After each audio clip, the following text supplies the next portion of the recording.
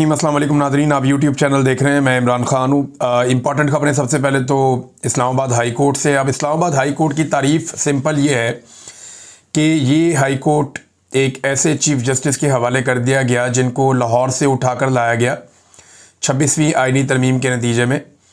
Justice Yahya Afridi इनको लाहौर से लेकर आए और 15वें नंबर से उठा के ला के यहाँ पे इस्लामाबाद हाई कोर्ट में चीफ़ जस्टिस बना दिया। इससे पहले आईने पाकिस्तान इसकी इजाज़त नहीं देता था कि किसी और हाई कोर्ट से किसी जज को ला के दूसरे हाई कोर्ट में बिठा दिया जाए। तो 26वीं आईनी तरमीम में इसका रास्ता खोला गया और फिर वहाँ से एक जज को लाकर यहाँ पे इस्लामाबाद हाई कोर्ट में चीफ़ जस्टिस बना दिया गया। अब तब से लेकर अब तक इस्लामाबाद हाई कोर्ट ने 2-4 चीज़ें बड़ी इंपॉर्टेंट की हैं। नंबर 1, इंसानी हकूक़ के मामलात को तो दफना कर रख दिया है। पाकिस्तान तहरीक इंसाफ और पाकिस्तान तहरीक इंसाफ से जुड़े लोगों को दीवार के साथ लगा दिया है। इंसाफ नापैद हो गया है। हुकूमत की चाकरी चल रही है अदालत में। और जो नए आने वाले जजेस हैं, यानी जितने जजेस वहाँ मौजूद थे वो सारे इंसाफ पसंद जज थे। अब जितने नए आने वाले जजेस हैं वो उनको अहम तरीन जगहों पे, अहम तरीन पोजीशंस के ऊपर उनको रखा गया। तमाम अहम केसेस उनके सामने लगाए जाते हैं। मिसाल के तौर पे जस्टिस जहांगीरी, इन्हें अब काम से रोक दिया गया है। ये अदालत के अंदर जब समाअत हो रही थी तो बड़ी तादाद में वकला वहाँ पे मौजूद थे, तो अदालत में ऐसी कोई बात करने की कोई शायद ज़रूरत ही नहीं हुई जज साहबान की। ये 2 रुकनी एक बेंच बना हुआ था और इसको भी हेड कर रहे थे chief justice Islamabad high court justice Dogar. अब जस्टिस जहांगीरी वो जज हैं जिन्होंने सबसे पहले आवाज़ उठाई थी जिन जजों में कि एजेंसियाँ मुदाखलत करती हैं हमारे काम में, हमें दबाव में लेती हैं और हम पर असरअंदाज होती हैं हमारे फ़ैसलों पर, लिहाजा जो एजेंसियां हरकतें कर रही हैं उनको रोका जाए। ये उन जजेस में से एक हैं। अब जब इन्होंने एजेंसियों के खिलाफ आवाज़ उठाई थी तब से इनको दीवार के साथ लगाने का सिलसिला शुरू हो गया था।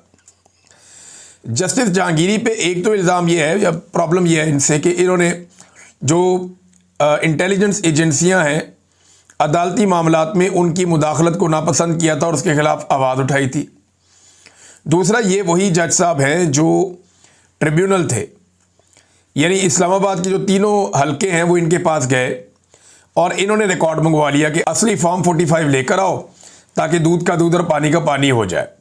तो उसको यानी इस दौरान में बहुत सारी, अब एस्टेब्लिशमेंट का प्रॉब्लम ये है ना, उन्होंने पूरा इलेक्शन ही चोरी किया हुआ है। पाकिस्तान का पूरा इलेक्शन एस्टेब्लिशमेंट ने चोरी करके हारने वाले उम्मीदवारों को दे दिया और PMLN की हुकूमत बना दी। अब ये जो है इस पे आर्टिकल 6 लगता है, ये संगीन गद्दारी का मुकदमा है। अब एस्टेब्लिशमेंट इससे बचना भी चाहती है।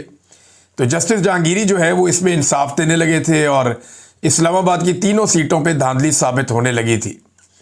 और मैं आपको उन दिनों में ये कह रहा था कि अगर ये बंद टूट गया तो बहुत बड़ा सैलाब आएगा, फिर बाकी जगहों पर भी इंसाफ हो सकता है।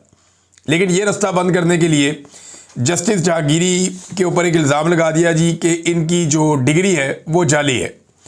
मिसाल के तौर पे जब ये वकील बने तो इनकी डिग्री तब जाली नहीं थी। जब ये डिप्टी प्रोसिक्यूटर बने तब भी डिग्री ठीक थी। जब ये डिप्टी अटॉर्नी जनरल बने तब भी डिग्री ठीक थी। जब एडवोकेट जनरल बने तब भी डिग्री ठीक थी। इस्लामाबाद हाई कोर्ट का जज बन गए तब भी डिग्री ठीक थी। बस जैसे ही इन्होंने 3 हलके खोले इस्लामाबाद के और जैसे ही इन्होंने आवाज़ उठाई कि जनाब एजेंसियां मुदाखलत कर रही हैं हमारे काम में, तो साथ ही डिग्री जो है वो फारिग कर दी गई। ये नाज़रीन हालात हैं। अब ये जो मामला चल रहा था अदालत में तो जस्टिस डोगर ने या उनके साथी जज ने कुछ नहीं कहा, लेकिन जब वो चैम्बर में पहुंच गए तो वहां से खबर आती है जनाब कि उनको काम से रोक दिया गया है। हालांकि ये मामला सुप्रीम कोर्ट में अभी पेंडिंग है। यानी यहाँ कुछ अहम सवालात उठ जाते हैं कि 1 साल 2 महीने के बाद आज पहली समाअत थी और मेडिकल ग्राउंड पर वकील भी पेश नहीं हुआ और साथी वकील पेश हुआ, उसने कोई हकायक भी पेश नहीं किए, ना कोई सवालात हुए ना जवाबात हुए। तो ये इतना बड़ा फैसला कैसे आ गया, ये सवाल सब उठा रहे हैं। इस्लामाबाद हाई कोर्ट के सर्विस जज से बगैर दलाइल, बगैर नोटिस उनकी जुडिशल पावर कैसे वापस ले ली गई, ये भी सवाल है। मरीम नवाज खान साहबा ने भी बड़े अच्छे सवालात उठाए। कोई कानूनी माहिर इसकी मंतक समझा सकता है कि जब जस्टिस डोगर ने खुद कहा कि अभी तो एतराज़ात पर केस सुन रहे हैं, जज साहब को नोटिस भी नहीं किया, तो ये एक तरफा फैसले कैसे हो गया। अदालत को यह भी तय करना था कि सुप्रीम जुडिशल काउंसिल में शिकायत के हतमी फैसले तक आईनी दरखास्त दायर भी हो सकती है या नहीं, फिर फैसला हो गया। यानी एक मामला सुप्रीम जुडिशल काउंसिल में है, जब तक वहां पे कोई मामला हल होता है या नहीं होता तब तक क्या ये मामला इस्लामाबाद हाई कोर्ट में सुना भी जा सकता है या नहीं। लेकिन क्योंकि एस्टेब्लिशमेंट की ख्वाहिश है और एस्टेब्लिशमेंट को ऐसे जजेस पसंद नहीं है जो इस वक्त कानून की, आइन की और इंसाफ की बात करें, लिहाजा एक और जज को रस्ते से हटाने का बंदोबस्त एस्टेब्लिशमेंट ने किया है। और ये सब पसंद और नापसंद की बुनियाद पे हो रहा है। सिर्फ जिद है एस्टेब्लिशमेंट की कि हमने इस मुल्क के हर इदारे को, हर शख्सियत को, हर सियासी जमात को, हर सहाफ़ी को, सबको हमने फतह करना है। कश्मीर फतह हो नहीं रहा और ये सारा पाकिस्तान के अंदर ही फतह के झंडे गाड़ते चले जा रहे हैं। बहरहाल ये एक बहुत बड़ी ज़्यादती है जो जज साहब के साथ कर दी गई है। मैं तो एक बात कहूँगा कि ये बारी बारी सबकी बारी, ये जितने जजेस इंसाफ और कानून के साथ खड़े होना चाहते हैं उन्हें इकट्ठा होना पड़ेगा। अगर वो इकट्ठे नहीं होंगे तो याद रखिएगा कि बारी बारी सबकी बारी, ये सारे जजेस ज़ेरे अताब आएंगे क्योंकि एस्टेब्लिशमेंट की ब्रेकें कहीं नहीं लगनी। ईमान मज़ारी साहबा का लाइसेंस मनसूख करवाने के लिए इस्लामाबाद बार काउंसिल में एक शिकायत दायर कर दी गई कि जनाब ये मुल्क की दुश्मन है, इसके ऊपर इंक्वायरी की जाए। वैसे अजीब मुल्क की दुश्मन है जो हमेशा पिसे हुए तबकात, गरीबों की, कमज़ोरों की, जिन्हें दबाया गया उनके हक़ में बात करती है। अजीब दुश्मन है जो आइन की बात करती है, कानून की बात करती है, इंसाफ की बात करती है। तो ये तो कोई मुल्क दुश्मनी नहीं है, बल्कि इससे ज़्यादा तो मुल्क की खिदमत कोई नहीं हो सकती।